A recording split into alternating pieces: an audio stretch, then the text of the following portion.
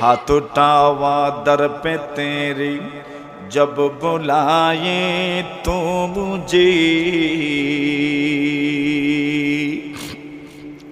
हाथ उठावा दर पे तेरे जब बुलाए तो मुझे, खाने काबा को पहुँचो तलबिया पढ़ते हुए, खाने काबा को पहुँचो तलबिया पढ़ते हुए। मुमिन मुसलमानेर मनेर तामान्ना कामना आकांक्षा তালবিয়া পড়ে পড়ে লাব্বাইক আল্লাহুম্মা লাব্বাইক পড়তে পড়তে যেন সে আল্লাহর ঘরে পৌঁছতে পারে।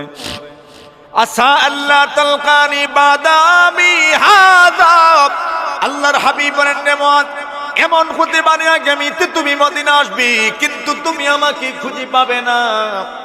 ওয়ালাআল্লাকা তামুররু বিমাসজিদি ওয়া কবরি হাযা, আল্লাহর নবী বলেন এমন হতে পারে তুমি আমার মসজিদ, আমার কবর, আমার রওজা, আমার হুজরা, আমার মিম্বরের পাশ দিয়ে তুমি যাবে। আল্লাহর হাবিব সাল্লাল্লাহু আলাইহি ওয়াসাল্লাম ইশারাও করে দিচ্ছেন আমার কবর কোথায় হবে। আল্লাহর নবীজি বুঝায় দিচ্ছেন নবী যেখানে মারা যান এখানেই নবীর কবর হয়। সুবহানাল্লাহ, যেখানে মারা যান ওই জায়গাতেই নবীদের কবর। নবীজির ইন্তেকালের পরে এই ব্যাপারে মতানৈক্য শুরু হলো, কবর দিবেন কোথায়? আবু বকর বললেন নবীরা যেখানেই মারা যান এখানে কবর হয়, যেখানে কবর হবে সেখানেই আল্লাহ তাদের মৃত্যু দেন। সুবহানাল্লাহ। আল্লাহর হাবিব সাল্লাল্লাহু আলাইহি ওয়াসাল্লাম আম্মা জান হযরত আয়েশা সিদ্দিকা রাদিয়াল্লাহু তাআলা আনহার করে মৃত্যুবরণ করেছেন, মানে এখানেই কবর হবে। আল্লাহর হাবিব সাল্লাল্লাহু আলাইহি ওয়াসাল্লাম ইশারা করে দিচ্ছেন ওয়ালাআল্লাকা তামুররু বিমাসজিদি ওয়া কবরি হাযা, এরে মুআজ এমন হতে পারে তুমি আমার মসজিদ এবং আমার কবরের পাশ নিয়ে যাবে, মানে বুঝায়া দিলেন আমি দুনিয়াতে থাকবো না, আমি দুনিয়াতে থাকবো না। এই কথাটা যখন মুআজ শুনেছেন এমনিতেই মুআজ ইবনে জাবাল কান্না শুরু করে দিলেন। ফাবাকা মুআজ ইবনে জাবাল, মুআজ ইবনে জাবাল রাদিয়াল্লাহু তাআলা আনহু কান্না শুরু করে দিলেন। এমন ভাবে কান্না করছেন, ফুফিয়ে ফুফিয়ে কান্না করছেন। একটু অনুমান করেন, অনুভব করেন আপনার কোনো আত্মীয় যদি আপনাকে এমন ভাবে বলেন, আপনার বাবা যদি আপনাকে এমন ভাবে বলেন প্রিয় ছেলে আমার এইবার তো তুমি আমাকে পেয়ে গেছো, আগামীতে ছুটিতে যখন তুমি আসবে হয়তো তুমি আমাকে নাও পেতে পারো, এমন ভাবে যদি বাবা বলেন, এমন ভাবে যদি মা বলেন, এমন ভাবে যদি আপনার কোনো ভাই, আপনার কোনো বোন আপনাকে এমন ভাবে বলেন, নিশ্চিত ভাবে বলতে পারবেন আপনি আপনাকে নিয়ন্ত্রণ করতে পারবেন না। কেন মনে হবে আমি হয়তো জানাজায় থাকতে পারবো না, আমার বাবা, আমার মা, আমার ভাই, আমার বোন আমার অনুপস্থিতিতে দুনিয়া থেকে বিদায় হয়ে যাবেন। এই বিষয়টা কত কষ্টদায়ক, যারা এমন পরিস্থিতির শিকার হয়েছে তারা ছাড়া কেউ জানে না, ঠিক কিনা? আল্লাহর নবীর সাহাবী হযরত মুআজ ইবনে জাবাল এই পরিমাণ কান্না শুরু করে দিলেন। কান্না করতে করতে করতে করতে করতে করতে এমন একটা অবস্থা হয়ে গেল যেন উনাকে থামানোই যাচ্ছে না।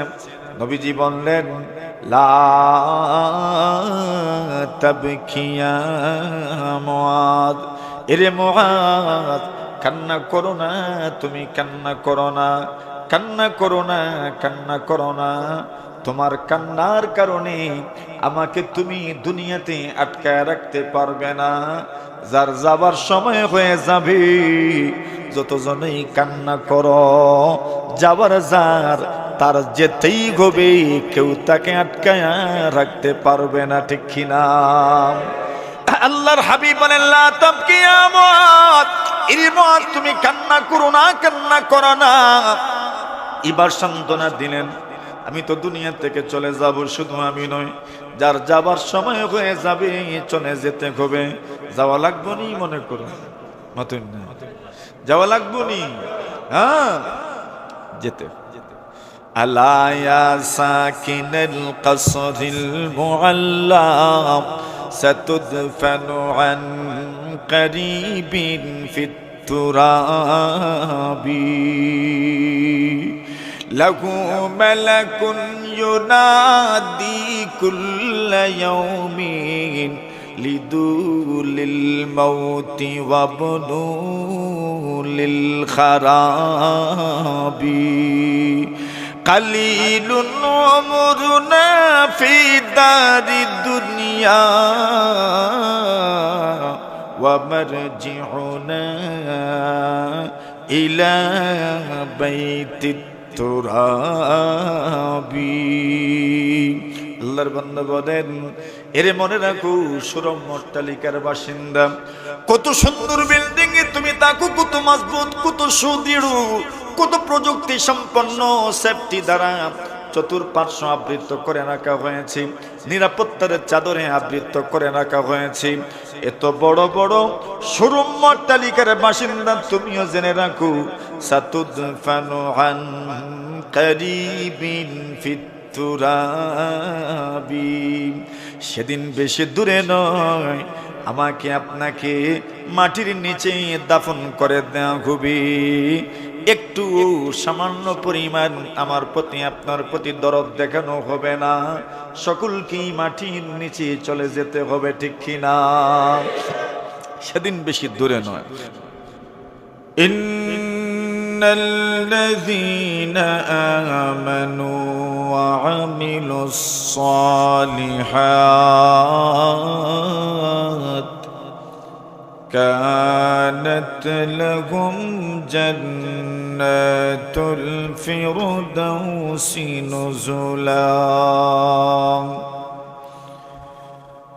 وعن سهل بن سعد رضي الله تعالى عنه قال جاء جبريل إلى النبي صلى الله عليه وسلم فقال عش ما شئت فإنك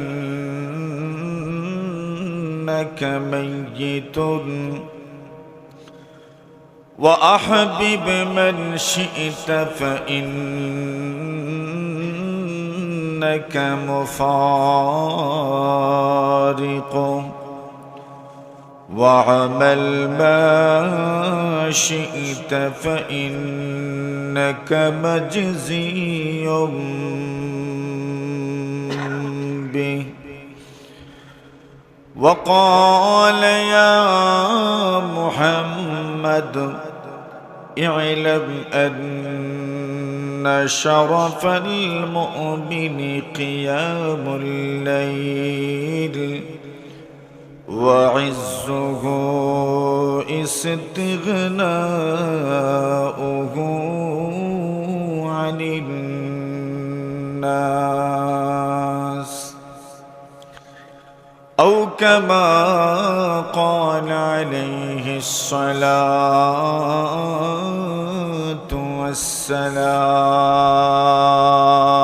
والسلام. آمنت بالله صدق الله مولانا العظيم وصدق رسوله النبي الكريم ونحن على ذلك لمن الشاهدين والشاكرين والحمد لله رب العالمين. صلى الله على سيدنا ومولانا محمد وعلى آله وأصحابه وسلم. لا إله إلا الله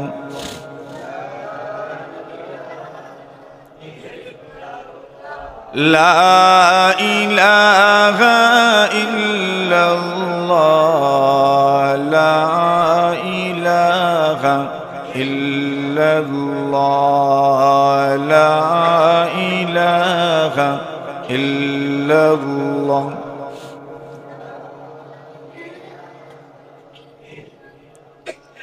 बता हमको तेरी राह किस तरफ है बता हमको तेरी राह किस तरफ है तेरी राह पर चल हमको खुदाया तेरी राह पर चल हमको खुदाया बुजुर्गी की नहीं हमको ज़रूरत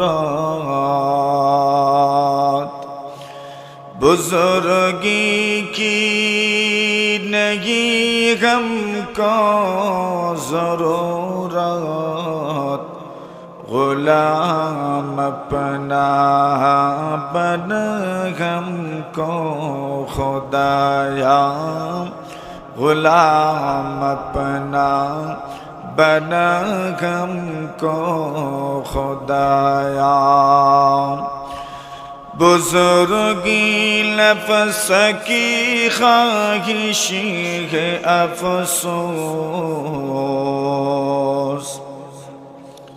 बुजुर्गी नफ्स की ख्वाहिशी है अफसोस तकब्बुर से बचा हमको खुदाया तकब्बुर से बचा हमको खुदाया ला इलाहा इल्लल्लाह ला इलाहा इल्लल्लाह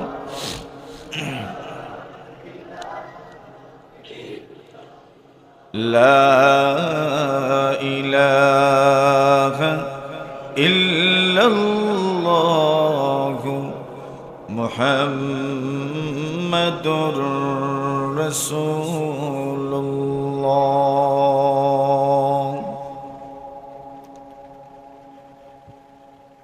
अद्दखर मुबारक महफिल शानदार আজিমুশান জলসা আমাদের অত্র অঞ্চলের পরিচিত এক মুখ জনাব আব্দুল শুকুর সাহেব ওনার ইসহালে সোয়াব রেসানি এবং এলাকার মুর্দেগানদের রুহের মাগফিরাত কামনায় আমাদের এই অঞ্চলের যুবকদের ভালোবাসা ভালো লাগার এই সুন্দর আয়োজনে সম্মানিত সভাপতি মুআজ্জাজ মুকাররম হযরত উলামায়ে কেরাম মুরব্বী সাহেবান যুবক ভাইরা পর্দানিশীন অত্যন্ত শ্রদ্ধেয়া সম্মানিত মা ও বোনেরা আল্লাহ পাক রব্বুল আলামিনের অসংখ্য অগণিত শুকর আদায় করছি যে রব্বুল আলামিন রমজান গুরুত্বপূর্ণ সময়ে আল্লাহর ঘর মসজিদে আমাদেরকে সমবেত হয়ে কোরআন সুন্নাহের আলোকে কিছু কথা বলার ও শোনার তৌফিক দান করেছেন এজন্য আমরা সকলেই শুকর আদায় করি আলহামদুলিল্লাহ মানুষ জন্ম নেই মরার জন্য এক প্রবাদ আছে, জন্মিলে মরিতে হয়, জন্মিলে মরিতে হয়। যার জন্ম নাই তার মৃত্যু হবে। জন্ম আছে তো মৃত্যু আছে। লিদুলিল মাউতি ওয়া বুনুলিল খারাবি,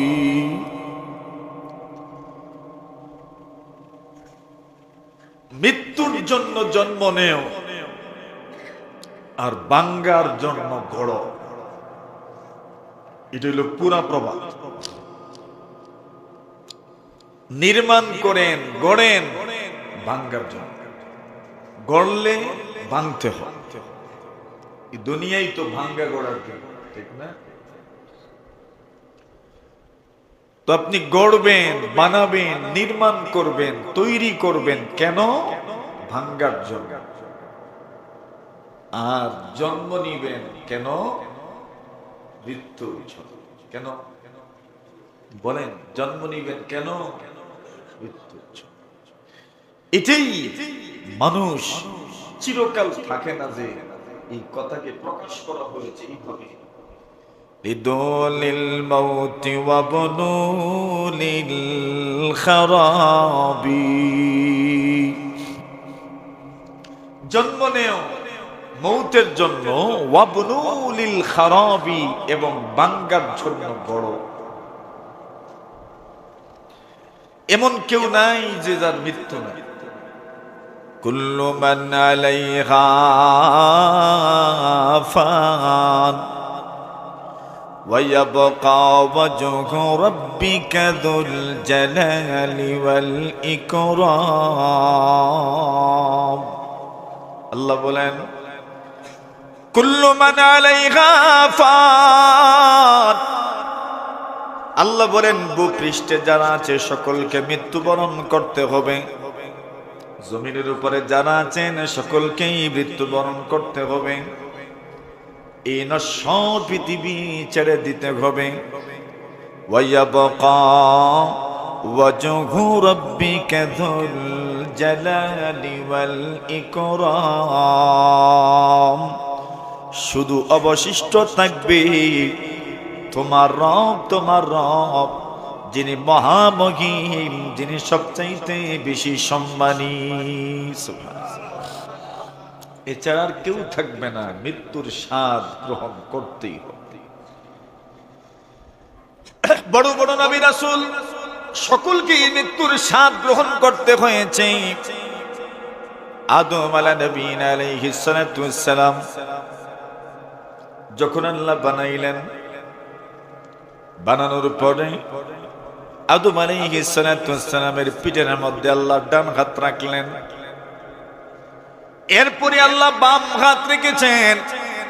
কিয়ামত পর্যন্ত যত নেককার এবং যত বদকার মানুষ দুনিয়াতে আসবে সবার আত্মা রূহ বের হয়ে গেল। আল্লাহর নবীজি বলেন, সকলকে আল্লাহ পরবর্তীকারে আলম বিশাল একটা ময়দানের মধ্যে একত্রিত করেছেন। কোনো লাইন নাই, কোনো সিরিয়াল নাই, কোনো সিরিয়াল ছাড়া, কোনো লাইন ছাড়া, কোনো কাতার ছাড়া সবাই বিশাল ময়দানের মধ্যে দাঁড়িয়ে গেল। আল্লাহর হাবিব বলেন, এমন সময় আল্লাহর পয়গম্বর আদম নবী হঠাৎ করে লক্ষ্য করলেন ওনার সন্তানদের মধ্য থেকে একজনের চেহারা বড় জলমল জলমল করে। আল্লাহর পয়গম্বর আদম আলাইহিস সালাতু ওয়াস সালাম প্রশ্ন করলেন, আল্লাহ এত সুন্দর চেহারা, যার ওই চেহারাটা কার, যদি একটু বলতেন আমাকে। আমার সন্তানদের মধ্য থেকে একজনের এই চেহারা এত জলমল জলমল করে, এত সুন্দর, এত সুন্দর, ওই সুন্দরের চেহারাটা যেন কার, যদি বলতেন। আল্লাহ পাক রব্বুল আলামিন জানায় দিলেন, আদম এই সুন্দর চেহারার মানুষ যিনি হবেন উনি তোমার সন্তান দাউদ নবী। আল্লাহ তাআলা দাউদ আলাইহিস সালাতু ওয়াস সালাম কি বাহ্যিক দৃষ্টিতে এত সৌন্দর্য আল্লাহ দান করেছেন। আল্লাহর হাবিব বলেন, আল্লাহ নিজেই বলছেন, ওয়ালাকাদ আতাইনা দাউদ মিন্না ফাদলা। আল্লাহ বলেন, নবী আমি দাউদকে আমি এত অনুগ্রহ দান করেছি, এত বড় বড় নিয়ামত দান করেছি। এই বড় বড় নিয়ামতগুলোর মধ্য থেকে একটা নিয়ামত হলো ইয়া জিবালু আউবিবি মাহু ওয়াত-তাইর। আল্লাহ বলেন, পাহাড়কে আদেশ করে রেখেছি রে পাহাড়, আমার দাউদ যখন মোনাজাত পাঠ করবে, জাবুর পাঠ করবে, তুমি আমার দাউদের সাথে তোমাদের জবান থেকেও যেন তাসবিহ আর জিকির আর মুনাজাতের আওয়াজ যেন বের হয়। আল্লাহ বলেন, নবী আমার, আমি আল্লাহ পাকি পরিন্দাগুলোকেও আদেশ করেছি, আমার দাউদ যখন মুনাজাত পাঠ করবেন, জিকির করবেন, আমার দাউদের সঙ্গে তোমরাও মুনাজাত আর জিকির পাঠ করবে। আল্লাহ বলেন, ওয়ালান্না লাহুল হাদীদ। আল্লাহ বলেন, নবী গো আমি আল্লাহ আমার বান্দা দাউদ নবীর জন্য লোহাকে মোমের মতো নরম করে দিয়েছি। কেন আল্লাহ নরম করলেন? আল্লাহ তাআলা অন্য জায়গায় বলেন, তিন জিনিসের কসম করে আল্লাহ বলেন, লা উকসিমু বিহাযাল বালাদ ওয়া আনতা হিল্লুম বিহাযাল বালাদ ওয়া ওয়ালিদিন ওয়া মা ওয়ালাদ লাকাদ খালাকনাল ইনসানা ফী কাবাদ।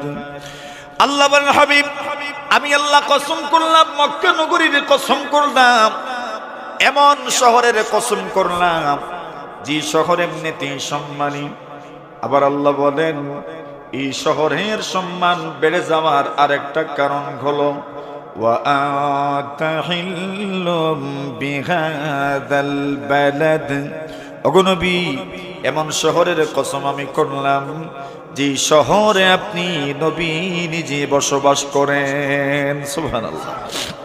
আপনার বসবাসের কারণে এই শহরটাই সম্মানিত হয়ে গেছে। আল্লাহ বলেন, এরপরে কসম করলেন ওয়া ওয়ালিদিন ওয়া মা ওয়ালাদ। আল্লাহ বলেন, আদম নবীর কসম, আদম সন্তানের কসম, অথবা আল্লাহ সকল বাবার সকল পিতার কসম করেছেন, সকল সন্তানের কসম করেছেন। এই তিনটা কসমের পরে আল্লাহ বলেন, লাকাদ খালাকনাল ইনসানা ফী কাবাদ। আমি আল্লাহ মানুষকে সৃষ্টি করেছি শ্রম নির্ভর, পরিশ্রম নির্ভর। মানে মানুষ কষ্ট করবে, শ্রম করবে, শ্রম দিবে, কষ্ট করবে, তার শ্রমের মাধ্যমে আমি আল্লাহ তার গতিপথ, তার ভবিষ্যৎ আমি নির্মাণ করে দিব। সুবহানাল্লাহ। শ্রম দিতে হবে মানুষ। কষ্ট না করলে আপনার জীবনে সফলতা আসবে না, কষ্ট করতে হবে আপনাকে। আল্লাহ সৃষ্টি করেছেন কষ্ট নির্ভর। এবার দাউদ নবী নিজের জন্য নিজের জীবিকার ব্যবস্থা করেন কিভাবে? আল্লাহ বলেন, যুদ্ধের পোশাক নির্মাণ করেন, যুদ্ধের পোশাক বানান। যুদ্ধের পোশাক বানানোর জন্য লোহা দরকার, কিন্তু ওই সময়ে তো আর প্রযুক্তি বের হয় নাই। আল্লাহ বলেন, যুদ্ধের পোশাক বানানোর জন্য লোহাকে এদিক সেদিক করতে হয়, বাঁধতে হয়, কাটতে হয়, জোড়া লাগাইতে হয়। ওয়া আলান্না লাহুল হাদীদ। আমি আমার বান্দা দাউদ নবীর জন্য লোহাকে মোমের মতো নরম করে দিলাম। হাতে নিতে দেরি হয়, সাথে সাথেই মোমের মতো নরম হয়ে যায়। এত বড় বড় নিয়ামত আল্লাহ দান করেছেন। আল্লাহর হাবিব দাউদ নবী এত সুন্দর হবেন। হযরত আদম আলাইহিস সালাতু ওয়াস সালাম বললেন, আল্লাহ কামা আমরুহু, আমার ওই সন্তান দাউদ নবীর বয়স কত হবে? আল্লাহ বলেন, 60 সানা, তার বয়স হবে 60 বছর। কত বছর?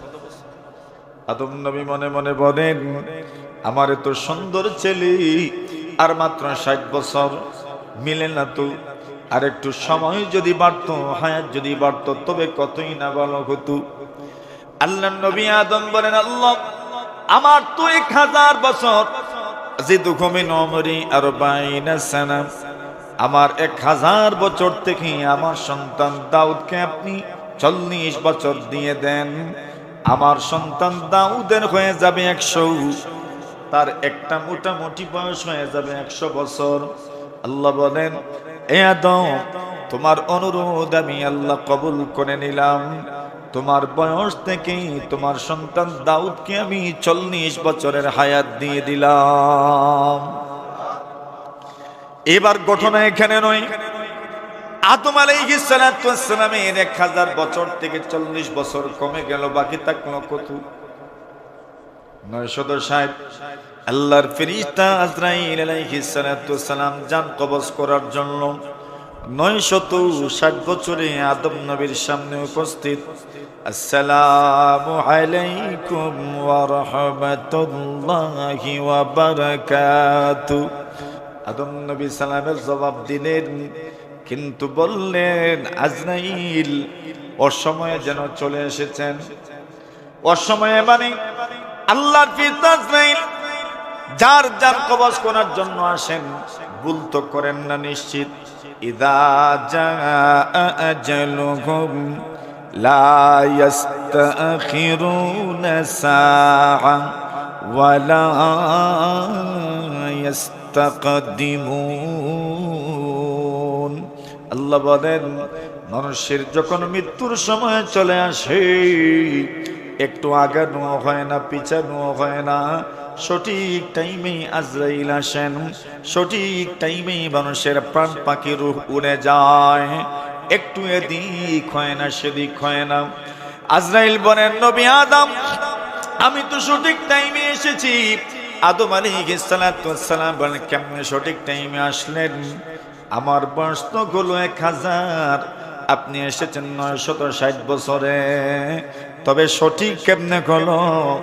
হযরত আজরাইল জবাব দিলেন, আপনার কি মনে নাই আপনার সন্তান দাউদকে আপনি 40 বছরের হায়াত দান করেছিলেন? আদম নবী বলেন, না না, আমার তো স্মরণ নাই। উনি বলেন, না, আপনি স্মরণ করেন, আপনি আপনার সন্তান দাউদকে 40 বছর দান করেছেন। আদম বলেন, আমার মনে হয় না, মনে হয় না, মনে হয় না। আজরাইল বলেন, আমি ভুল করি নাই, ভুল করি নাই। আপনি আপনার সন্তান দাউদকে 40 বছর দান করেছেন, স্মরণ করেন। আদম নবী বলেন, আমি দিছি বলে আমার মনে হয় না। সুবহানাল্লাহ। হযরতে আজরাইল বলেন, আপনি দিছেন, কোনো সন্দেহ নাই। আল্লাহ জানায় দিলেন, নবী আদম আপনি আপনার সন্তান দাউদকে 40 বছর দান করেছেন, এই জন্য আপনার 960টি বাকি রয়েছে। কি বোঝা গেল? হযরতে আজরাইল মানুষের জান কবজ করতে একটু এদিক সেদিক হয় না, সামান্য ভুল হয় না, ভ্রান্তি হয় না। যার যখন যাবার সময় চলে আসে, আপনি যেখানেই থাকেন না কেন, চলে যাওয়ার সময় আসলে আপনাকে চলে যেতেই হবে, কেউ আপনাকে আটকাতে পারবে না, ঠিক কিনা? এই কথাই আল্লাহ বলেন, প্রতিটি মানুষ এই পৃথিবীতে যারা আছে, ভূপৃষ্ঠে যারা আছে, কুল্লু মান আলাইহা ফান ওয়া ইয়াবকা ওয়াজহু রাব্বিকা যুল জালালি ওয়াল ইকরাম। আল্লাহ বলেন, শুধু শুধু আল্লাহ থাকবেন, আর কেউ থাকবে না, সকলকে মৃত্যুর স্বাদ আস্বাদন করতে হবে। আল্লাহ বলেন, কুল্লু নাফসিন যায়িকাতুল মাউত। আল্লাহ বলেন, প্রতিটি মানুষ, প্রতিটি নফস, প্রতিটি জন্তু, প্রতিটি জীব, প্রতিটি প্রাণওয়ালা প্রাণী অবশ্যই অবশ্যই মৃত্যুর স্বাদ গ্রহণ করবে, ঠিক না বেটি? মরা লাগবো নি, মতুন না, মরা লাগবে। এই দুনিয়াতে কত মানুষই তো আছে, কিন্তু আজ আপনি দেখবেন একজন একজন করে সকলকে হারাতে হবে।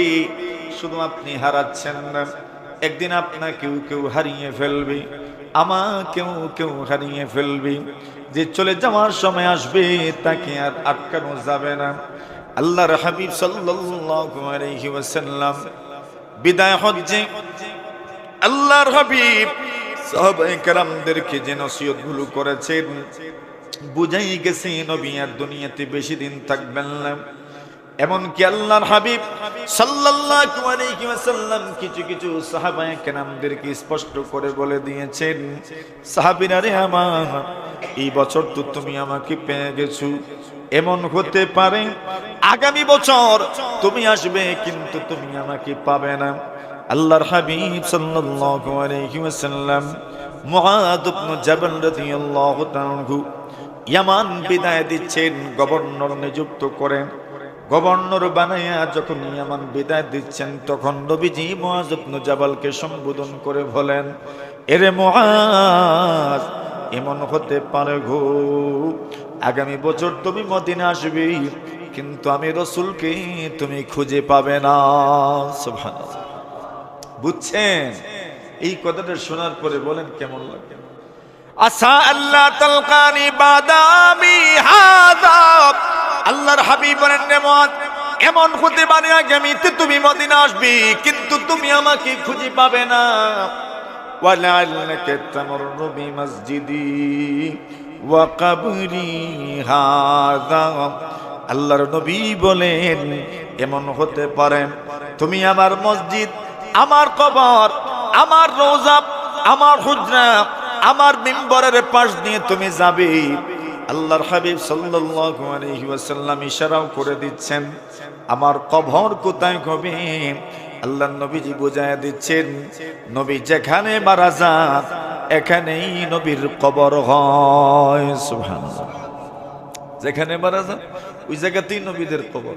নবীজির ইন্তেকালের পরে এই ব্যাপারে মতানৈক্য শুরু হলো, কবর দিবেন কোথায়?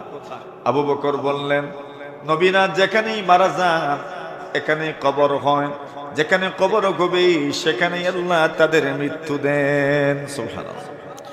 আল্লাহর হাবিব সাল্লাল্লাহু আলাইহি ওয়াসাল্লাম আম্মা জান হযরত আয়েশা সিদ্দিকা রাদিয়াল্লাহু তাআলা আনহার করে মৃত্যুবরণ করেছেন, মানে এখানেই কবর হবে। আল্লাহর হাবিব সাল্লাল্লাহু আলাইহি ওয়াসাল্লাম ইশারা করে দিচ্ছেন ওয়ালা'আল্লাকা তামুররু বিমাসজিদি ওয়া কবরি হাযা, এরে মুআজ, এমন হতে পারে তুমি আমার মসজিদ এবং আমার কবরের পাশ নিয়ে যাবে। মানে বুঝায়া দিলেন আমি দুনিয়াতে থাকবো না, আমি দুনিয়াতে থাকবো না। এই কথাটা যখন মুআজ শুনেছেন এমনিতেই মুআজ ইবনে জাবাল কান্না শুরু করে দিলেন। ফাবাকা মুআজ ইবনে জাবাল, মুআজ ইবনে জাবাল রাদিয়াল্লাহু তাআলা কান্না শুরু করে দিলেন। এমন ভাবে কান্না করছেন, ফুফিয়ে ফুফিয়ে কান্না করছেন।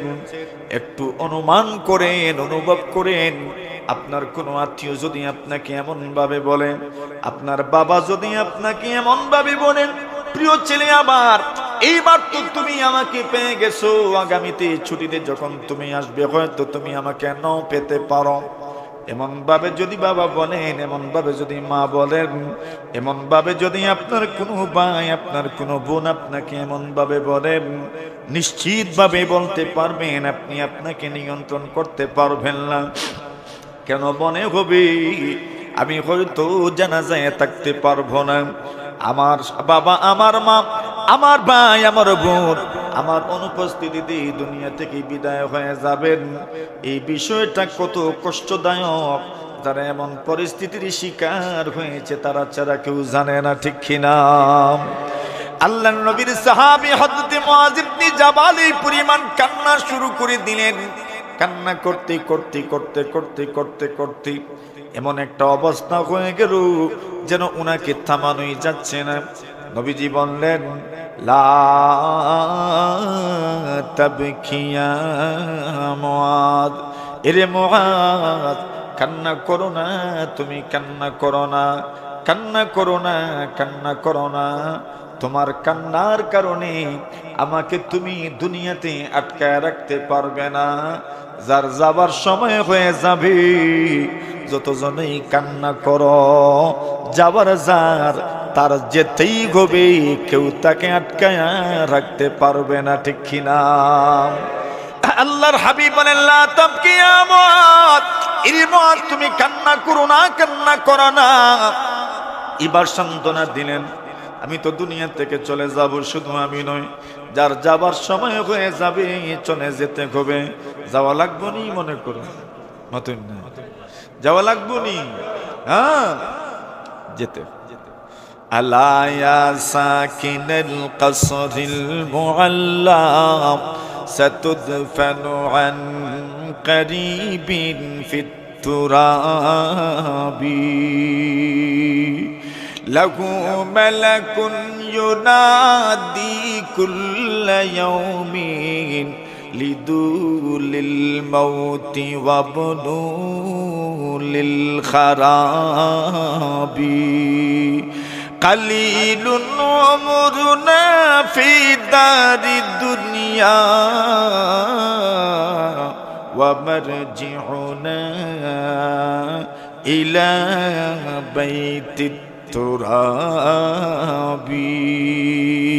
আল্লাহর বান্দা বলেন, এরে মনে রাখো সুরম অট্টালিকার বাসিন্দা, কত সুন্দর বিল্ডিং এ তুমি থাকো, কত মজবুত, কত সুদৃঢ়, কত প্রযুক্তি সম্পন্ন সেফটি দ্বারা চতুর্পার্শ্ব আবৃত করে রাখা হয়েছে, নিরাপত্তার চাদরে আবৃত করে রাখা হয়েছে। এত বড় বড় সুরম অট্টালিকার বাসিন্দা তুমিও জেনে রাখো, সাতুদফানু আন করিবিন ফিত তুরাবি, সেদিন বেশি দূরে নয়, আমাকে আপনাকে মাটির নিচে দাফন করে দেওয়া হবে। একটু সামান্য পরিমাণ আমার প্রতি আপনার প্রতি দরদ দেখানো হবে না, সকলকেই মাটির নিচে চলে যেতে হবে, ঠিক কিনা? সেদিন বেশি দূরে নয়। আল্লাহর বান্দা বলেন, লাহু মালাকুন ইউনাদি কুল্লা ইয়াউমিন, প্রতিদিন একজন ফেরেশতা মানুষকে ঘোষণা করতে থাকেন, লিদুলিল মাউত ওয়া বুনুলিল খারাবি। ফেরেশতারা যে বলেন, আমি শুনি না, আপনিও শুনেন না, আপনিও শুনেন না, আমিও শুনি না, না শুনেন কেউ? শুনেননি কেউ?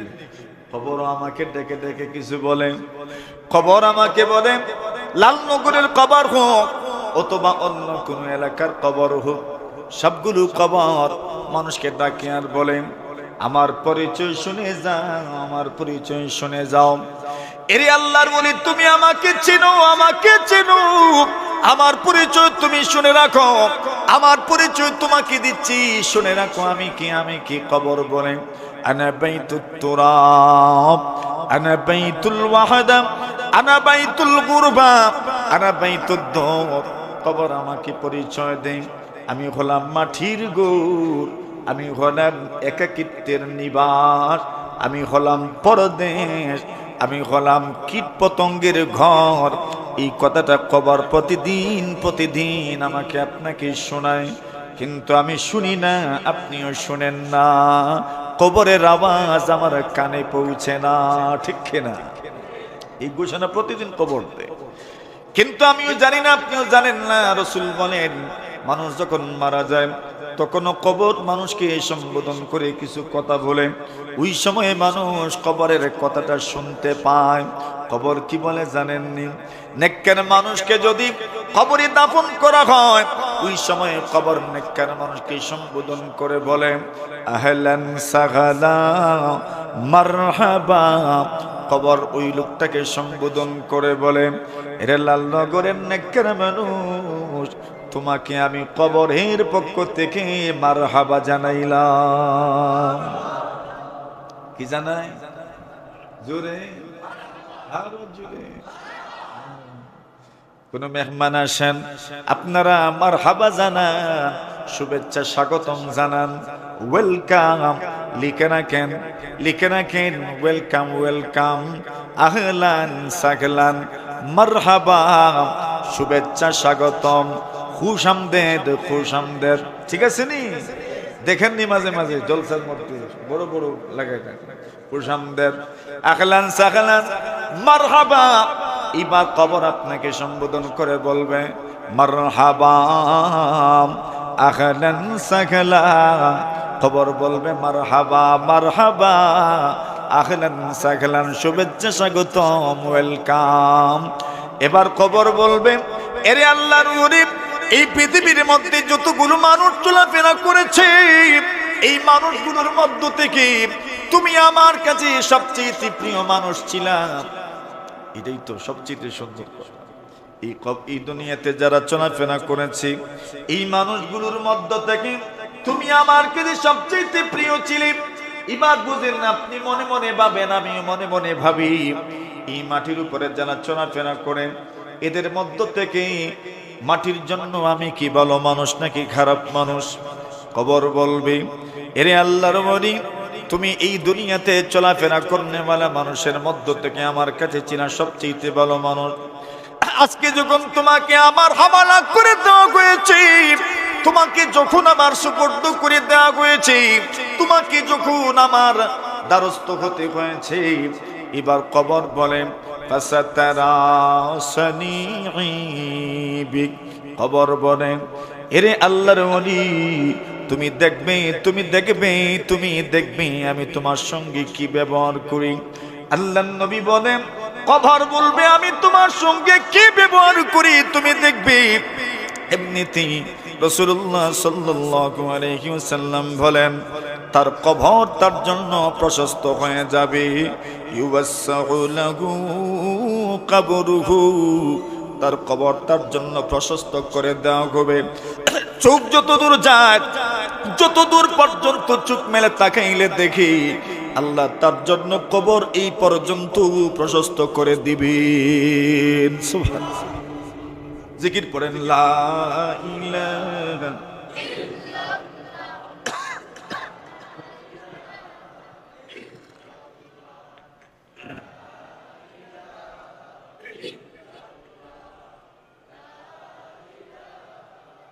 শীতর দিনও নাই, ঠান্ডা চা খাওয়াই লইব।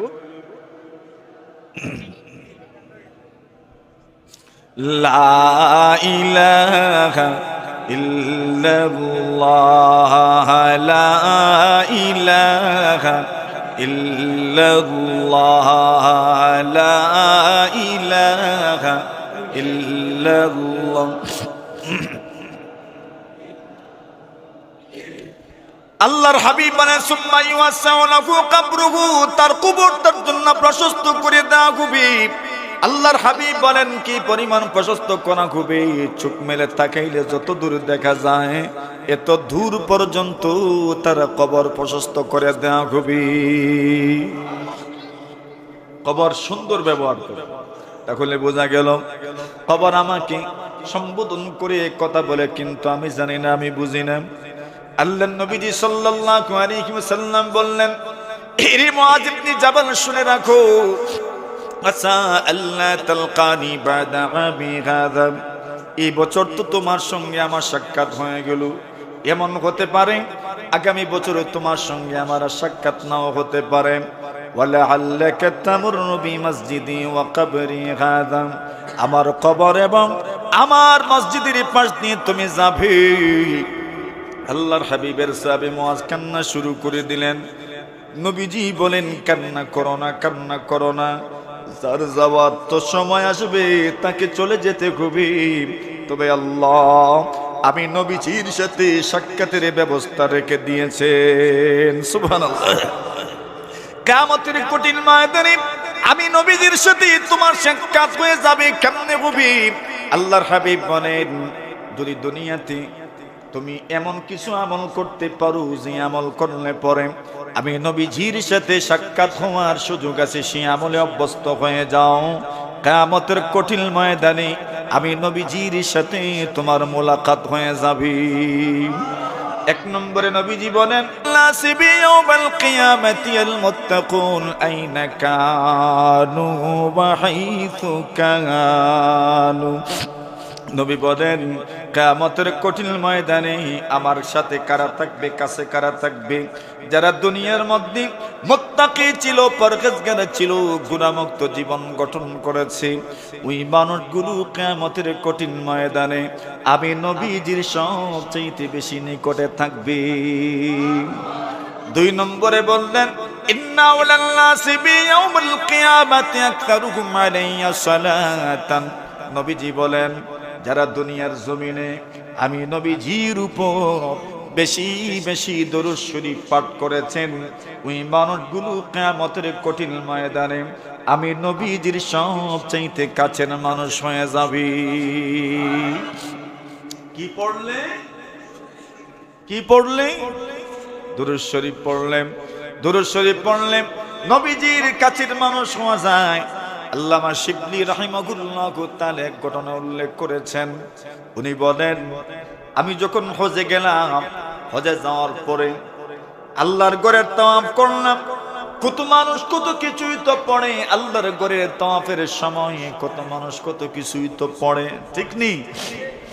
আরে মুমিন মুসলমান তার জীবনের সবচাইতে বড় ধ্যান আর খেয়াল আল্লাহর ঘর দেখতে যেন পায়, আল্লাহর ঘরের চতুর্দিকে যেন তাওয়াফ করতে পারে, আল্লাহর ঘরের কালাগিলাপটা ধরতে পারে, যেন কান্না করতে পারে, ঠিক কিনা? এটাই তো মুমিন মুসলমানের জীবনের সবচেয়ে বড় তামান্না, সবচেয়ে বড় কামনা, সবচেয়ে বড় বাসনা। আল্লাহর বান্দা বলেন, আমি যখন ওই দিন আল্লাহর ঘরের দিকে যেতে পারবো, সেই দিনের চাইতে উত্তম কোন দিন আমার জন্য হতে পারে না, ঠিক কিনা? হাত উঠাওয়া দর পে তেরি জব বুলায়ে তো মুঝে,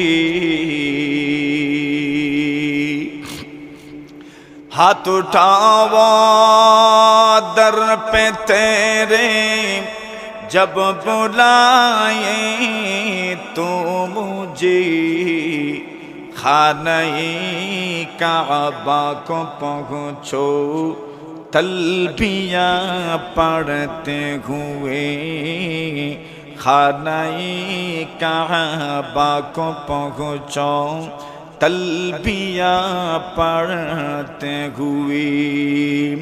মুমিন মুসলমানের মনের তামান্না, কামনা, আকাঙ্ক্ষা তালবিয়া পড়ে পড়ে লাব্বাইক আল্লাহুম্মা লাব্বাইক পড়তে পড়তে যেন সে আল্লাহর ঘরে পৌঁছতে পারে। আল্লাহর ঘরের চত্বরে যখন চলে যায়, তখন সে তার মন থেকে যা আসে তাই তো পড়তে থাকে, তাই তো দোয়া করতে থাকে। আল্লাহর কাছে পড়ে, আল্লাহর কাছে দোয়া করে। কত দোয়া আছে কোরআনের মধ্যে বর্ণিত আছে, হাদিসের মধ্যে বর্ণিত আছে। উলামায়ে কেরাম বুজুর্গানে দ্বীন কত ধরনের দোয়ার কথা বলেছেন। আল্লামা শিবলি বলেন, কিন্তু আমি একজন যুবককে দেখলাম, ওই যুবক শুধু কাবা চত্বরে দুরূদ শরীফের উপর আমল করে। সুবহানাল্লাহ। আমার মনে বড় খটকা জাগলো। আমি ওই যুবককে প্রশ্ন করলাম, যুবক, আমি দেখছি তুমি শুধু দুরূদ শরীফ পড়ো, কেন পড়ো? শুধু দুরূদ শরীফের উপরই কেন তুমি আমল করো? শুধু দুরূদ শরীফই তুমি কেন পড়ো? আমার জানতে বড় মন চায়। আল্লাহর বান্দা বলেন, আল্লাহর ওলি গো, এই দুরূদ শরীফের মধ্যে আমি যে বরকত দেখেছি, আমার মন চায় যতদিন আমার শ্বাস থাকবে ততদিন যেন সবচেয়ে বেশি আমি দুরূদ শরীফ উচ্চারণ করতে পারি। কেন এমন হয়ে গেল? আল্লাহর বান্দা বলেন, আমার জীবনে ঘটে যাওয়া একটা ঘটনা। আমি হজে যখন আসছিলাম, আমার সাথে আমার আব্বা জানও ছিলেন, কিন্তু পথিমধ্যে আমার আব্বা জান মারা গেলেন। আমার আব্বা জান যখন মারা গেছেন, ইহরামের অবস্থায় আমার আব্বা মারা গেছেন। আল্লাহর নবীজি বলেন, কোন মানুষ যদি হজ বা উমরার জন্য রওনা হয় আর পথিমধ্যে যদি বাধাগ্রস্ত হয়ে যায়, নবীজি বলেন আল্লাহ তাআলা তার আমলনামায় হজ বা উমরার সওয়াব দান করেন। আল্লাহর নবীজি বলেন, কোন মানুষ যদি উমরা অবস্থায়, হজ অবস্থায়, ইহরাম পরিহিত অবস্থায় মারা যায়, আল্লাহর হাবিব বলেন ওই মানুষটা কিয়ামতের কঠিন ময়দানে তালবিয়া পড়তে পড়তে পড়তে পড়তে দাঁড়াবে। লাব্বাইক আল্লাহুম্মা লাব্বাইক পড়তে পড়তে আল্লাহর সামনে হাজির হবে। আল্লাহর বান্দা বলেন, আব্বাজান প্রতিমধ্যে মারা গেলেন। আরবের মাটি তো কি পরিমাণ শক্ত মাটি মোটামুটি জানা আছে। কবর খনন করা এত সহজ বিষয় নয়। বাংলাদেশেও তো কবর খনন করতে গেলে মোটামুটি 2 ঘন্টা 2.5 ঘন্টা সময় লেগে যায়। তাও আবার 3-4 জন মানুষ মিলে কবর খনন করেন, 2-3 ঘন্টা সময় লেগে যায়। আরবের মাটি এত শক্ত মাটি, ওই শক্ত মাটিতে কবর খনন করবেন, এত সহজ নয়, এত সহজ নয়। আল্লাহর বান্দা বলেন, আমি অপেক্ষা করতে থাকলাম সকাল হয়ে যাক, আরো লোকজন আসবেন, তাদেরকে সাথে নিয়ে আমি আমার আব্বাকে দাফন করব। আমার তো চিন্তা সুন্দর, সকাল পর্যন্ত অপেক্ষা করে আব্বাজানকে দাফন করব, অন্য মানুষের সহযোগিতা নিয়ে কবর খনন করব। আমি আমার আব্বাজানের চেহারার উপর একটা চাদর দিয়ে দিলাম। একটু পরপরই আমি একমাত্র সন্তান বাবার সাথে, বাবা নাই, মানুষ তো জানে বাবার ছায়ার চাইতে গুরুত্বপূর্ণ কোন ছায়া মানুষের জন্য হতে পারে না, ঠিক না? হ্যাঁ, এই দুনিয়াতে সবচাইতে কার্যকরী গুরুত্বপূর্ণ সাহসিকতার ছায়ার নাম হলো বাবার ছায়া। বাবার ছায়া যদি থাকে না, ওই সন্তান যতই সাহসী হোক না কেন, এরপরেও নিজেকে যেন কোন সময় অসহায়ের মতো মনে হয়, ঠিক না?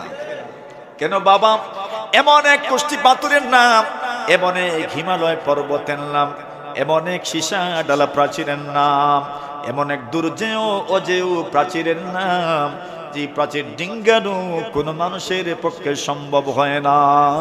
ওই বাবার হাত যদি সন্তানের সিনার মধ্যে লাগে, সন্তানের মাথার মধ্যে লাগে, সন্তানের পিঠের মধ্যে লাগে, ওই সন্তান জানে, ওই সন্তান জানে এই হাতটা মাথায় সিনায় পিঠে লাগা মাত্রই মনে হয় সারা দুনিয়া যেন জয় করা যাবে, সারা দুনিয়া যেন জয় করা যাবে, ঠিক কিনা? এই হাতের মধ্যে, হাতটা যতই দুর্বল হোক, এই হাতের মধ্যে যে শক্তি আছে, দুনিয়ার আর কোথাও এত শক্তি নাই। বাবার ওই দুর্বল হাতের মধ্যে যে শক্তি আছে, এজন্য মানুষ বলে বাবা মায়ের আওয়াজের মধ্যে যে শক্তি আছে, যে আকর্ষণ আছে, দুনিয়ার আর কোনো আওয়াজের মধ্যে এই শক্তি আর আকর্ষণ নাই। না আছে? আসেনি? যাদের ঘরে বাবা নাই এদেরকে জিজ্ঞাসা করেন বাবা মায়ের আওয়াজ কি পরিমাণ শক্তিশালী ছিল। সুবহানাল্লাহ, এত শক্তিশালী আওয়াজ। এই আওয়াজ যারা মিস করে তারা জানে এই আওয়াজ কি পরিমাণ শক্তিশালী। আল্লাহর বান্দা বলেন, আমি আমার আব্বার চেহারাটা চাদর দ্বারা ঢেকে রেখেছি, একটু পরপরই আমি আমার আব্বার চেহারাটা খুলি। আমি আমার আব্বার চেহারাটা খুলি আর দেখি কেন মহব্বত, মায়া, ভালোবাসা, শ্রদ্ধা, আন্তরিকতা। কিন্তু একটাবার যখন আমি চাদরটা সরাইলাম, সরানোর পরে দেখি আমার আব্বা জানের চেহারা কালো হয়ে গেছে, বিকৃত হয়ে গেছে, এমন ভাবে বিশ্রী লাগছে, দেখার মতো না, দেখার মতো না। আমি পড়ে গেলাম টেনশনে। এই চেহারা যদি সকাল পর্যন্ত বাকি, লোকজন আসবে আব্বার কবর খনন করতে সহযোগিতা করবে, আমার আব্বার চেহারা না দেখেও তো যাবে না। আর এমন বিশ্রী চেহারা যদি দেখি কি যেন মন্তব্য করবে। কেন বাঙালি মানুষ চেহারা দেখেই ফয়সালা করে দেয় জান্নাতি না জাহান্নামী, ঠিক না বেটি? চেহারা যদি সুন্দর হয় বলে জান্নাতি মানুষ, যদি চেহারা একটু গড়বড় হয়ে যায় বলবে না জানি কি অপরাধ করেছে, গুনাহ করেছে, ঠিক কিনা? না না, চেহারা দেখি জান্নাতি বা জাহান্নামী ফয়সালা করিয়ে আনলাম। আল্লাহর বান্দা বলেন, আমি বড় টেনশনে পড়ে গেলাম। এই চেহারা যখন লোকজন দেখবে কি জানি মন্তব্য করবে। আল্লাহর বান্দা বলেন, এমন সময় আবার তন্দ্রা চলে আসলো, ঘুম চলে আসলো। আমি যখন ঘুমাইলাম স্বপ্ন দেখা শুরু হলো, স্বপ্ন দেখতে লাগলাম সুন্দর সুন্দর একজন মানুষ এসেছেন, এসেই আমার আব্বা জানের দিকে উনি যাচ্ছেন। আমি সালাম দিলাম, আসসালামু আলাইকুম ওয়া রাহমাতুল্লাহি ওয়া বারাকাতুহু।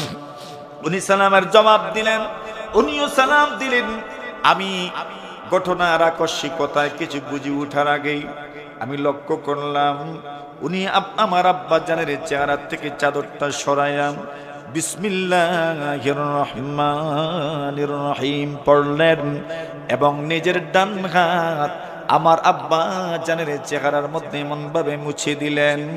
আমি তাকা দেখি হাতটা যখন সরাইলেন, আমি তাকা দেখলাম আমার আব্বা জানের চেহারা আগের চাইতে হাজার হাজার গুণ বেশি সুন্দর হয়ে গেছে।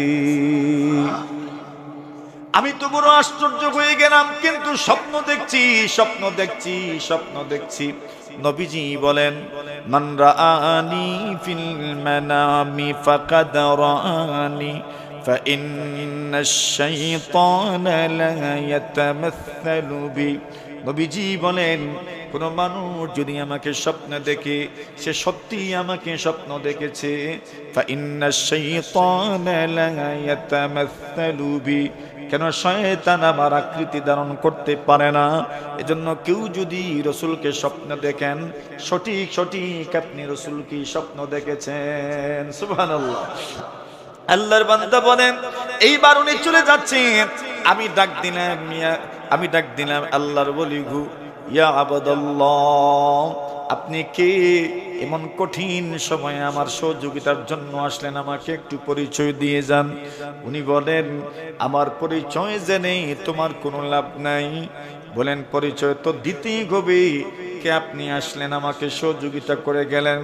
উনি জবাব দিলেন, আনা মুহাম্মাদুর রাসূলুল্লাহ, আমি হচ্ছি তোমার রসুল মুহাম্মাদুর রাসূলুল্লাহ। উনি বলেন, ইয়া রাসূলুল্লাহ, ইয়া হাবিব, স্বপ্নের কথা। আমি বললাম, ইয়া রাসূলুল্লাহ, ওগো নবীজি, আমার আব্বাজি মারা গেছেন, আপনি কেমনে জানলেন? উনি বলেন, তোমার আব্বার একটা আমল ছিল, যে আমল দুনিয়ার কেউ জানতো না। আমল কি? রসুল বলেন, আল্লাহর হাবিব বলেন, ইন্না লিল্লাহি তাআলা মালাইকাতান সাইয়াহিনা ফিল আরদ ইউবাল্লিগুনি মিন উম্মতি আসসালাম। আল্লাহর হাবিবের উম্মত আল্লাহ তাআলা পুরা পৃথিবী ব্যাপী আল্লাহর ফেরেশতা নিয়োজিত করে রেখেছেন। যেখানে আল্লাহর কোন বান্দা বান্দি আমি নবীজির উপর দরুদ পাঠ করে, তার দরুদ খানা সসম্মানে আমি নবীজির পর্যন্ত পৌঁছে দেওয়া হয়। নবীজি বলেন, কোন মানুষ যদি দূর থেকে সালাম জানায়, আমি নবীজির কাছে তার সালাম পৌঁছে দেওয়া হয়। ওমান সাল্লা আলাইয়া ইনদা কবরি সামিআতুহু। আল্লাহর নবী বলেন, কোন ভাগ্যবান আমার কবরের পাশে আয়েশা যদি আমাকে সালাম জানাইতে পারে, আল্লাহর নবীজি বলেন, আমি নবীজি তার সালাম আমার কানে শুনতে পাই। সুবহানাল্লাহ। সাইয়্যিদ আহমদ কবির রিফাঈ রাহিমাহুল্লাহু তাআলা প্রতি বছর হাজী সাহেবদের মাধ্যমে, উমরাকারীদের মাধ্যমে নবীজির রওজায় উনি সালাম পাঠান। আল্লাহ তাআলা উনাকে যখন নবীজি সাল্লাল্লাহু আলাইহি ওয়াসাল্লামের রওজার সামনে যাওয়ার তৌফিক দিয়েছেন, সুবহানাল্লাহ। হযরত আহমদ কবির রিফাঈ রাহিমাহুল্লাহু তাআলা আল্লাহর হাবিব সাল্লাল্লাহু আলাইহি ওয়াসাল্লামের রওজার সামনে গেলেন, আর গিয়ে বললেন, ইয়া হাবিব, ওগো নবীজি, আমি যখন দূরে ছিলাম, দূরে থাকার সময় আমি আপনার কাছে সালাম পৌঁছাইতাম। ওগো নবীজি, আমি দূরে থাকলেও কিন্তু আমার বডিটা দূরে থাকতো, আমার রূহ তো আপনি নবীজির রওজায় পৌঁছে যেত। ফি হালাতিল বুদি রূহি কুনতু উরসিলুহা। আল্লাহর বান্দা বলেন, আমি যখন দূরে থাকতাম, আমার রূহটা, আমার আত্মাটা আপনার কবরে আমি পৌঁছে দিতাম, সালামের জন্য আপনার রওজা আমি পৌঁছায় দিতাম। ওগো নবীজি, আমার রূহটা আপনার পর্যন্ত আসতো।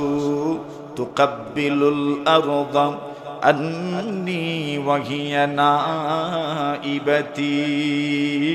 আমি যদিও দূরে থাকতাম, কিন্তু আমার রূহটা আপনার রওজায় থাকতো। সুবহানাল্লাহ। জোরে বলেন। আমার রূহটা আপনার রওজায় থাকতো। ইয়া হাবিব, ওগো নবীজি, আল্লাহ তাআলার কুদরত, আল্লাহ তাআলার রহমত। ফাহাযিহি দাওলাতুল আশবাহি কাদ হাদারতু ফামদুদ ইয়ামিনাক। নবীজি গো, আল্লাহর বড় দয়া, আল্লাহর বড় দয়া, আমি আপনার রওজা পর্যন্ত এসে গেছি। ফামদুদ ইয়ামিনাক, আপনার ডান হাতটা বাড়ায়া দাও, আমি আপনার ডান হাতে চুমা দিতে চাই। জোরে বলেন। উলামায়ে কেরাম লিখেন, অনেক নির্ভরযোগ্য কিতাবের মধ্যে পাওয়া যায়, সৈয়দ আহমদ কবির রিফাই রাহিমাহুল্লাহ তাআলা যখন এই দোয়া করেছেন, তখন নাকি কবর থেকে, রওজা থেকে হাত বের হয়েছে এবং উনি নাকি হাতের মধ্যে চুমা দিয়েছেন। সুবহানাল্লাহ, সুবহানাল্লাহ। এটা কার ভাগ্য কে জানে? উলামায়ে কেরাম লিখেছেন, আমরা বলছি, কিন্তু বাস্তবতা কি রে ভাই, তা তো আমরা কেউই জানি না। ঠিক না বেটি? নবী আকরাম সাল্লাল্লাহু আলাইহি ওয়াসাল্লাম বলেন, তুমি আমার কাছে সালাম পাঠাও, দুনিয়ার যেখানেই থাকো, যদি তুমি দুরূদ পড়ো, তুমি যদি সালাম পাঠাও, আমি নবীর কাছে তোমার সালামটা পৌঁছে যায়। তবে মনে রাখো, যদি আসতে পারো, আমি নবীজি তোমার সালাম আর তোমার দুরূদ আমার কানে শুনি। আল্লাহর হাবিব বললেন, হযরত নোমান শিবলি বলেন, ওই লোকটা যুবক আমাকে সম্বোধন করে বলে, আল্লাহর ওলি গো, উনি আমাকে বললেন তোমার আব্বার একটা গোপন আমল ছিল, প্রতি রাত উনি কমপক্ষে 300 বার দুরূদ শরীফ পাঠ করে ঘুমাইতেন। কতবার? আর দুরূদ শরীফ বললে আমার কাছে পৌঁছানো হয়, কিন্তু আজকের দুরূদ আমার কাছে পৌঁছানো হলো না। আমি প্রশ্ন করলাম, আমার উম্মত অমুকের নামের দুরূদ কেন আসলো না? আমাকে জানানো হলো, ওই লোকটা তো মারা গেছেন, এমন বিপদে আছেন। আর হাদিস শরীফের মধ্যে আছে, দুরূদ শরীফ পাঠ করলে আল্লাহ তাআলা মানুষকে বিপদ থেকে মুক্তি দান করেন। নবী বললেন, শুনে রাখো, ইন্না আউলান নাসি বিয়াউমিল কিয়ামাহ আকতারুহুম আলাইয়া সালাতান। এই দুনিয়াতে আটকাইতে পারবা না, মৃত্যুর সময় চলে আসলে অপেক্ষায় থাকো, হাসরের ময়দানে যেন মুলাকাত হয়ে যায়। সুবহানাল্লাহ। তাহলে বোঝা কি গেল, মৌতের সময় যখন আসবে আটকানো যাবে। জোরে, আরো জোরে। মৌত কা সমঝাগে গাফিল ইখতিতামে জিন্দগি, मौत को समझागे गाफिल इख्तितामे जिंदगी, दर हकीकत मौत है सबह दवामे जिंदगी, दर हकीकत मौत है सबह दवामे जिंदगी। মানুষ মনে মনে ভাবে মত মানে হয় জীবনের শেষ। না না, মাত্র শুরু হলো, মাত্র শুরু হলো, মাত্র শুরু হলো। এমন কাল যে কালের শুরু আছে কিন্তু শেষ। জোরে বলেন। এজন্য হাকিমুল ইসলাম কারি তাইয়্যিব সাকিব রাহিমাহুল্লাহ তাআলা বলেন, মানুষ একবার জন্মিলে আর মরে না। সুবহানাল্লাহ। মানুষ একবার জন্মিলে আর মরে না, শুধু জায়গা পরিবর্তন হয়, জায়গা পরিবর্তন হয়, মরে না, মরে না, মরে না। সুবহানাল্লাহ। না মরে, তুই জায়গাই না পরিবর্তন হইল।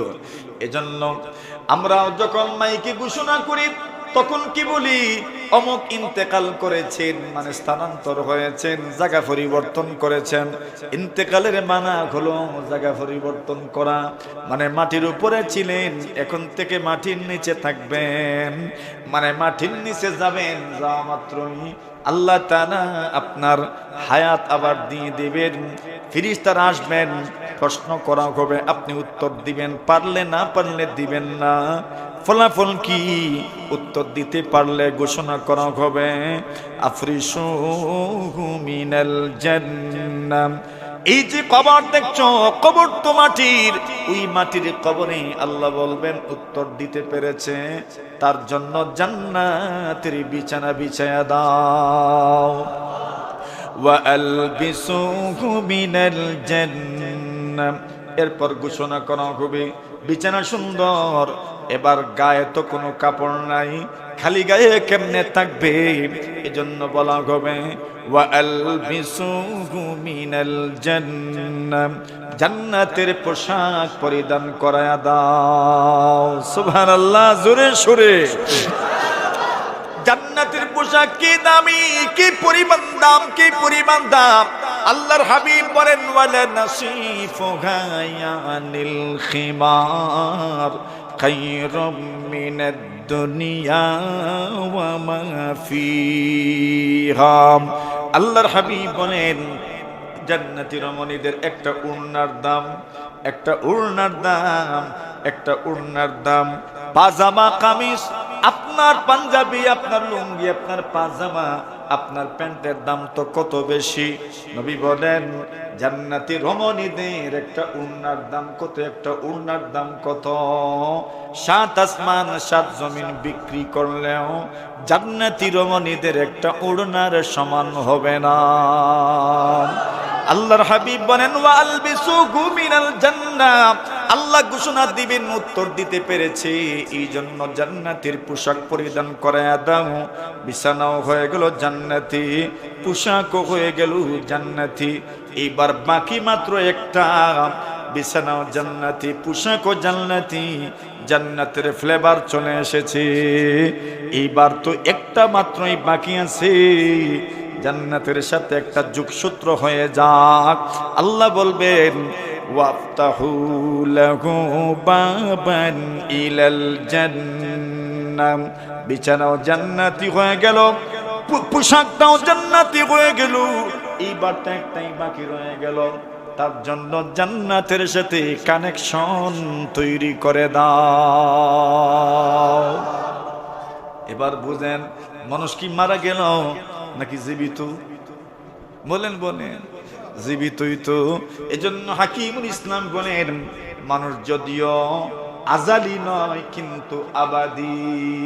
আল্লাহ আজালি আবাদি মানে চিরস্থায়ী, শুরুর থেকে, শুরুর আগের থেকেও, মানে প্রথম থেকে আছেন, শেষ পর্যন্ত থাকবেন। মানুষ যদিও প্রথম থেকে নাই কিন্তু একবার জন্মিলে আর শেষ হয় না। সুবহানাল্লাহ, এটাই মানুষ, রূহ আছে। আল্লাহর হাবিব বলেন মৃত্যুর সময় চলে আসবে, যেতেই হবে। মুসা কালিমুল্লাহ আলাইহিস সালাতু ওয়াস সালাম মৃত্যুর সময় আসলো, মনে আছে? আর কইতাম নি আমি, মনে তো আছে, এরপরে শুধু ইঙ্গিতটা দিয়ে যাই, কথা বাড়াবো না ইনশাআল্লাহ। মুসা কালিম কষ্ট হইতাছে? হ্যাঁ, মুসা কালিমুল্লাহ আলাইহিস সালাতু ওয়াস সালাম জান কবজ করার জন্য আজরাইল আসলেন। সালাম দিলেন, আসসালামু আলাইকুম ওয়া রাহমাতুল্লাহি ওয়া বারাকাতুহু। আজরাইল বুঝে নিলেন জান নেওয়ার জন্যই তো এসেছেন। সবে মাত্র বনি ইসরাইল কি সুন্দর একটা প্ল্যান প্রোগ্রাম নিয়ে এদের আত্মশুদ্ধির জন্য কাজ শুরু করেছেন। এমন সময় আজরাইল আসছেন আর জান কবজ করার জন্য বলছেন, রাগ উঠবনি না? না মনে নতুন না, কাজ মাত্র শুরু করছে। এই সময় জান কবজ করার জন্য আজরাইল এসেছেন। হযরত মুসা কালিমুল্লাহ আলাইহিস সালাতু ওয়াস সালাম যা করার তো করছেন জানেনই, একটা থাপ্পড় দিছেন, ওনার চোখ বুঝি কানা হয়ে গেছে। এমন ভাবে থাপ্পড় দিলেন, উনি তো ফেরেশতা, এরপরেও চোখ কেমনে কানা হয়ে গেল? নূরের তৈরি ফেরেশতা।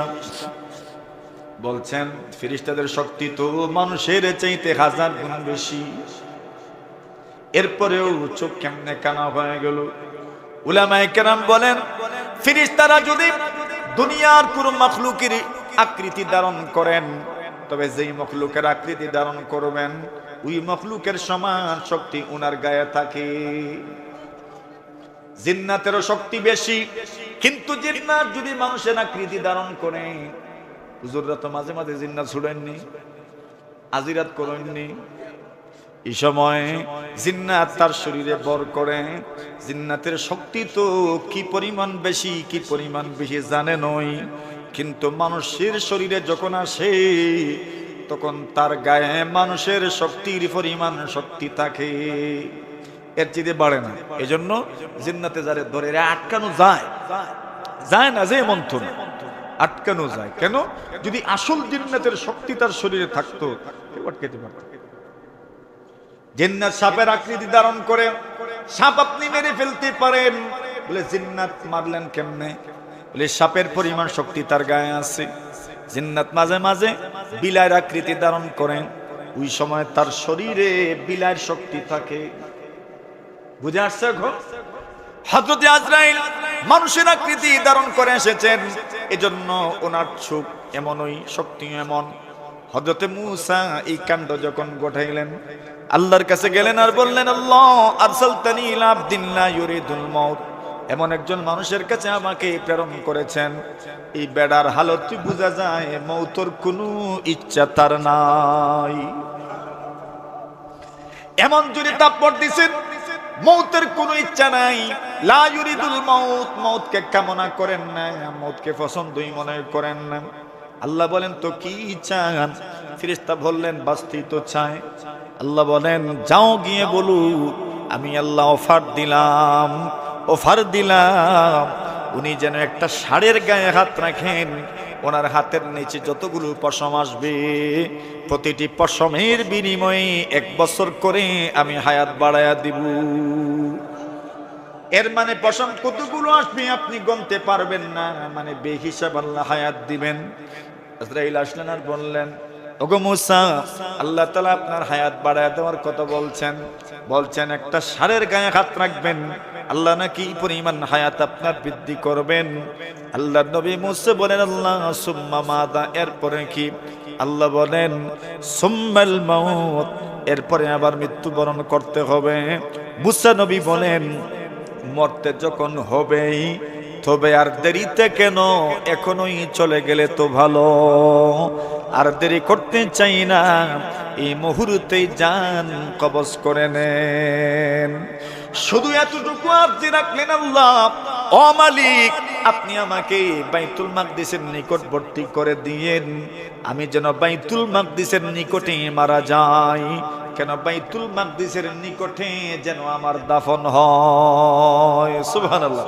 এজন্য আল্লাহ বলেন, সুবহানাল্লাযী আসরা বিআবদি লাইলাম মিনাল মাসজিদিল হারাম ইলাল মাসজিদিল আকসা الذي باركنا حوله لنريه من آياتنا إنه هو السميع البصير।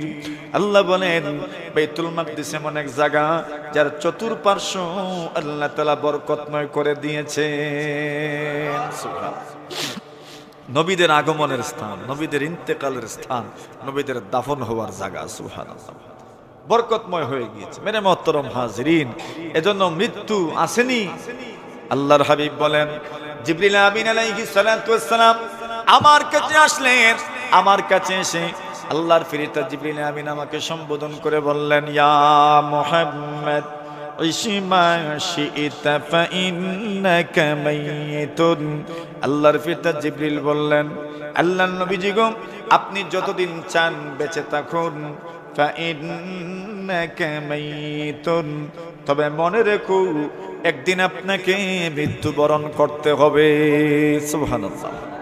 মানে আপনার হায়াতে মৃত্যুর চিন্তা ঢুকায় দেন, আপনার জীবনে আপনি মৌতের চিন্তা ঢুকায় দেন, আপনি বাঁচবেন, বাঁচার মধ্যে মৌতের চিন্তা ঢুকায় দেন, দেখবেন আপনার পরকাল সুন্দর হয়ে যাবে, আপনার আমল সুন্দর হয়ে যাবে, আপনার চলাফেরা সুন্দর হয়ে যাবে, আপনার লেনদেন সুন্দর হয়ে যাবে।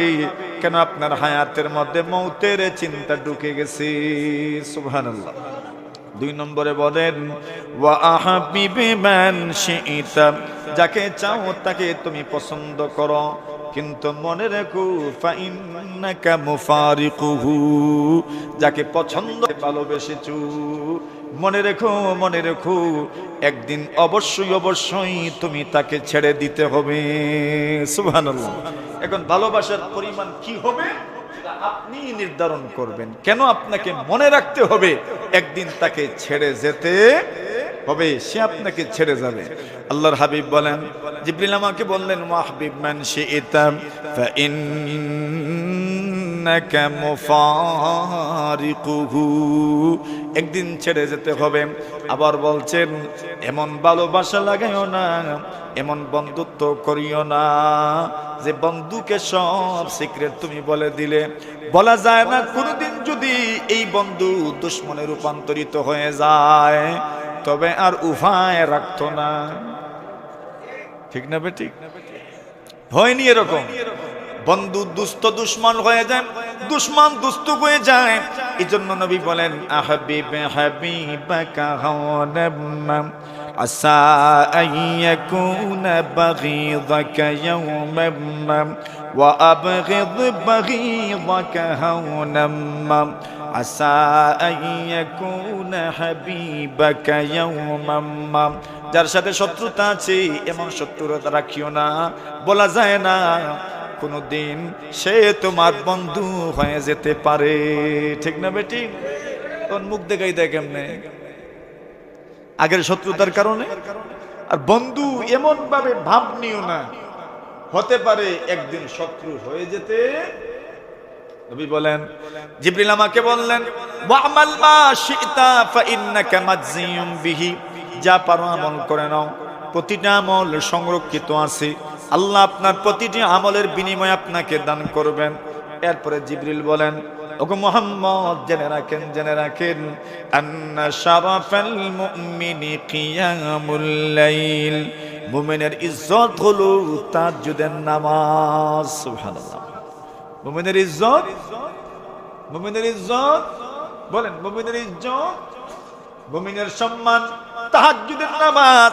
এরপরে বলেন, ওয়াইজুহু ইস্তিগনাউহু আনিন নাস, এবং তার ক্রেডিট হলো মানুষ থেকে বিমুখ হয়ে যাওয়া, কারো মুখাপেক্ষী না থাকার মধ্যে তার মূলত কৃতিত্ব। সুবহানাল্লাহ। ওয়াইজুহু ইস্তিগনাউহু আনিন নাস। আর মানুষ থেকে অমুখাপেক্ষিতা কখন হবে? যখন মানুষ তার সব জরুরত, সব প্রয়োজন কারে বলবে? বলেন কাকে বলবে? নবী বলেন, ইফতারের মুহূর্তে দোয়া করু, দুই নামাজ আজান ইকামতের মধ্যখানে, দুই আজান ইকামতের মধ্যখানে দোয়া করু, মুসিবতের সময়ে দোয়া করু, বিপদের সময় দোয়া করু, জ্বর তুফানের সময় দোয়া করু। আল্লাহর হাবিব বলেন, রোজাদার অবস্থায় দোয়া করো, সারির অবস্থায় দোয়া করো, তাহাজ্জুদের সময় দোয়া করো, সব দোয়া কবুল করে না হবে। মৃত্যু তো আসবে, কি নিয়ে যাবে? যা করছেন এটাই তো সাথে যাবে, আর তো কিছুই যাবে না। সব আমাদের মুহতারাম মেহমান আমার আগে ঘোষণা বলেছেন, সুন্দরভাবে বুঝিয়েছেন। এজন্য মৃত্যু আসবেই রে ভাই, আমারও আসবে। মানুষ মারা গেলে তার জন্য কিছু করণীয় আছে। আমাদের সবচেয়ে বড় করণীয় হলো ইস্তেগফার। কি করা? মানুষের জন্য ক্ষমা প্রার্থনা করা। আমাদের আব্দুল শুকুর কালামিয়া সাহেব মারা গেছে, সাবেক তহসিলদার এবং লালনগর ইসলামী সমাজ কল্যাণের উপদেষ্টা। যা করে গেছেন সেটাই ওনাকে সেখানে দাও। আমিও আমার জীবনে যা করেছি আমাকে আল্লাহ আমার সেই আমলের বিনিময়ে দিবেন। এই জন্য বুঝে শুনে পা ফেলা, যাতে করে কাউকে কষ্ট না দেওয়া, জবানকে নিয়ন্ত্রণ করা। ইনশাআল্লাহ পারবেন নি? হ্যাঁ পারবেন ইনশাআল্লাহ। থাইকারি না, একবারে দিল থেকে ইনশাআল্লাহ। নবীজি বলছেন, আসসিয়ামু জুন্নাহ, রোজা মানুষের জন্য ডাল স্বরূপ। কি? কিন্তু নবী বলেন, কখনো কখনো মানুষ নিজের ডাল নিজেই ভেঙে ফেলে। কি দিয়ে ভাঙবে? বিকিযবিন আও গীবা, মিথ্যা কথার মাধ্যমে, গীবতের মাধ্যমে নিজের ডাল ভেঙে ফেলে। মিথ্যা অহরহ না গীবত, অহরহ না। রোজা মাসে তো গীবত আরো বাড়ে, জোর ফরে আর আসরের ফরে। গীবত বেড়ে না। ইনশাআল্লাহ নিয়ত করেন গীবত করব না, ইনশাআল্লাহ মিথ্যা বলবো না, ইনশাআল্লাহ খারাপ কাজ করব না, ইনশাআল্লাহ আল্লাহ তৌফিক দান। আমাদের সকলের জন্য দোয়া হবে, আমার জন্য দোয়া চাই। লালনগরে তো কয়েকবার আসা হয়েছে, মহব্বত আছে আপনাদের জন্য, এজন্য আসতে মন চায়, ভালো লাগে। আপনাদের একনিষ্ঠতা, অত্যন্ত মনোযোগের সাথে কথা শোনা, এটা আমাদের বড় পছন্দ। আল্লাহ তাআলা আপনাদেরকে যতদিন হায়াতে রাখে ততদিন উলামায়ে কেরামের কথা মন দিয়ে, প্রাণ দিয়ে, দিলের কান দিয়ে শোনার তৌফিক দান করুন এবং আমলের তৌফিক আল্লাহ দান করুন। ওয়া আখিরু দাওয়ানা আলহামদুলিল্লাহি রাব্বিল আলামিন।